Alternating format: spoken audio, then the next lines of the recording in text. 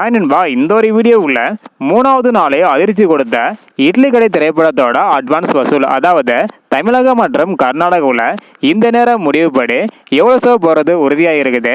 அதன் மூலம் எவ்வளோ கலெக்ஷன் இருக்குது அப்படின்றதான் டீட்டில் வந்து பார்க்க போகிறோம். அதுக்கு முன்னாடி இட்லி கடை திரைப்படம் பார்த்தவங்க படம் எப்படி இருக்கு, உங்களுக்கு பிடிச்சிருக்கா இல்லையா அப்படின்றதையும், அது மட்டும் இல்லாமல் 5க்கு நீங்கள் எவ்வளோ ரேட்டிங் கொடுப்பீங்க அப்படின்றதையும் மறக்காமல் கமெண்ட் பண்ணுங்க.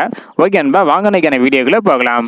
ஓகே அன்பா, மூணாவது நாளில் அட்வான்ஸ் புக்கிங் மூலம் எவ்வளோ கலெக்ஷன் இருக்குது அப்படின்றத டீட்டில் வந்து பார்த்துடலாம். அதன்படி முதலாவதாக கர்நாடகாவில் வந்து பார்த்தீங்கன்னா இந்த நேரம் முடிவுப்படி 115 ஷோ போகிறது உறுதியாக இருக்குது. 5453 டிக்கெட் வந்து விற்பனையாக இருக்குது. இதன் மூலம் 13,28,000 வரையும் கலெக்ஷன் பண்ணி இருக்குது. இதனை தொடர்ந்து தமிழகத்தில் 738 ஷோ போகிறது உறுதியாக இருக்குது. 83,425 டிக்கெட் வந்து விற்பனையாக இருக்குது. இதன் மூலம் 1,41,87,000 வரையும் இந்த நேரம் முடிவுப்படி இட்லி கடை திரைப்படம் அட்வான்ஸ் புக்கிங் மூலம் தமிழகத்தில் கலெக்ஷன் பண்ணி இருக்குது. ஸோ இன்னைக்கான முடிவில் நல்ல ஒரு கலெக்ஷன் பண்ணும் என எதிர்பார்க்கப்படுகிறது. ஸோ வெயிட் பண்ணி பார்க்கலாம் நண்பா.